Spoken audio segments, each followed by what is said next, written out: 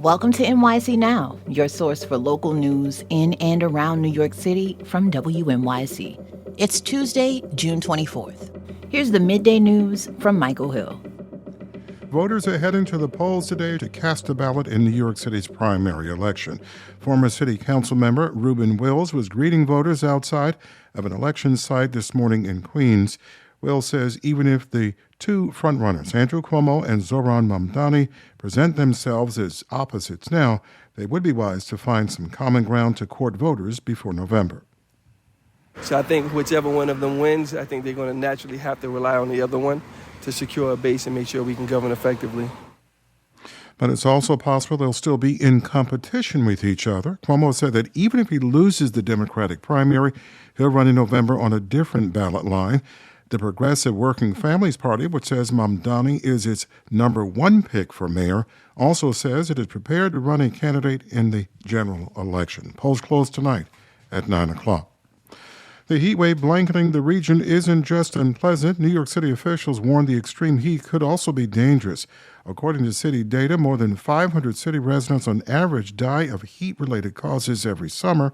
Emergency management officials say New Yorkers should be aware of the signs of heat stroke, which can include hot, dry skin, confusion, nausea, trouble breathing, or loss of consciousness. Heat stroke is a serious condition that takes place when a person's body temperature rises too quickly. Officials say New Yorkers who witness symptoms should call 911.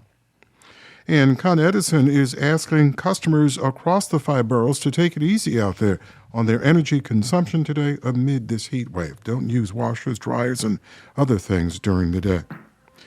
Sunny and 95, it feels like 102. Sunny and 99 today, feeling hotter like 102 with a calm wind. This is WNYC. Stay close. There's more after the break. NYC. The family of a Queens teenager who police shot and killed in front of his family is suing the city, the NYPD, and the officers involved. Police killed Win Rozario in his Ozone Park home after he called 911 in the throes of a mental health crisis. WNYC Samantha Max is here to tell us more. Sam, this story generated a lot of coverage when it happened, including here on WNYC. But let's take a minute to remind ourselves what happened and why this was so controversial. So this was in March of 2024. A 19-year-old named Win Rozario called the police on himself, but he was posing as a parent to report what he described as erratic behavior, according to this lawsuit that was just filed by his family. So the lawsuit says that he had experienced depression and anxiety throughout his life. He had even been briefly hospitalized a couple of times. But the lawsuit says that in the last 6 months, he had been feeling better. He was taking medication, getting mental health treatment. But on this particular day, something was off. So 2 officers arrive at his family's Ozone Park apartment. They talk outside with Rosario's younger brother. Then they go upstairs to the apartment. From there, body camera footage shows chaos unfolding. Rozario picks up a pair of kitchen scissors. His mom manages to get them out of his hand, but an officer fires his taser, and then Rozario picks the scissors back up again, moves toward the officers. Throughout this encounter, Rosario's mom is trying to get the scissors away from him, pleading with officers not to shoot, and his brother is begging his mom to get out of the way and crying for officers not to shoot them. Get out of the way! Now! Now! Get away from him! Miss! I'm not going to, but... Then, less than 2 minutes after these officers walk inside, one shoots Rozario once in the arm and then 4 times in the chest, according to the lawsuit, and he was pronounced dead at a local hospital. What does the family hope, Sam, to get out of this lawsuit? Well, they want compensation for what they consider to be the violation of Rosario's rights and the emotional distress that they experienced going through all of this, watching him get killed right in front of them. The lawsuit says Rosario's mom and brother, they actually weren't allowed to go to the hospital after he was shot. Instead, it says that they were taken to the police department for questioning. The officers only informed them of his death after asking their questions, according to the lawsuit, which also says that they weren't allowed to go into their home for 3 days, even to get medication or feed the family cat. And when they did go home, the cabinets were still covered in blood. The family also wants to see policy change in the city's response to mental health crises. Here's one of their attorneys, Luna Jerby.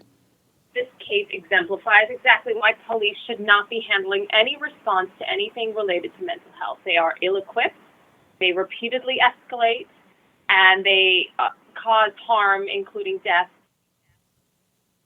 Rosario's parents and brothers say they want to prevent other families from going through a loss like this.